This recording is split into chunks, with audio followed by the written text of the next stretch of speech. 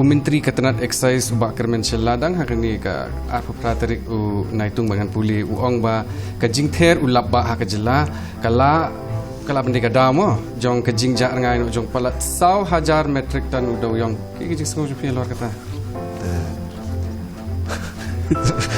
sebut oh ya kata tu macam boy lagi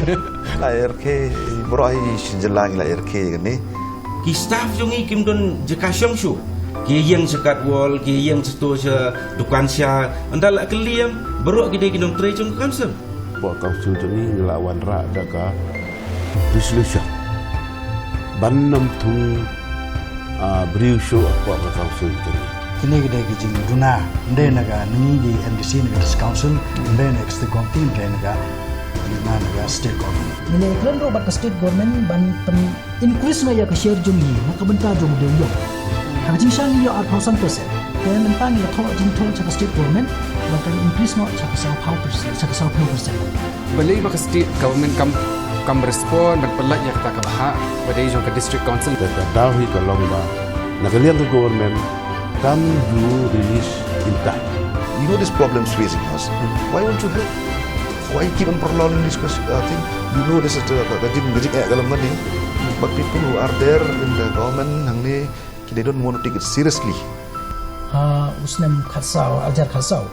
teka collection jongi ha ketu kopor niti ba udayong dang buru bangsa teka collection jongi khatsan khandru khan nyo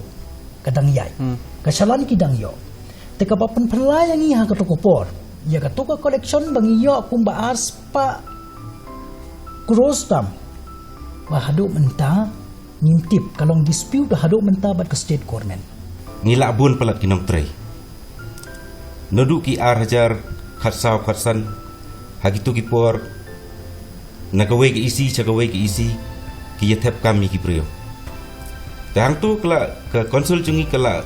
long overstaff hang ni ga ro de ga NPP government ba sinchar ada council ro de NPP government plus but UDP but ni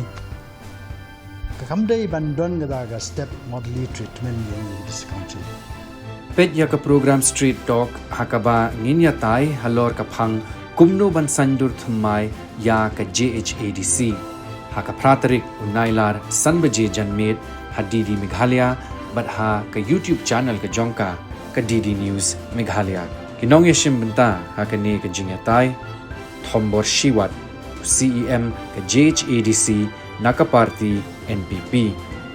awhai Andrew Shulai unong yalam kaliang persya ka JHADC naka party VPP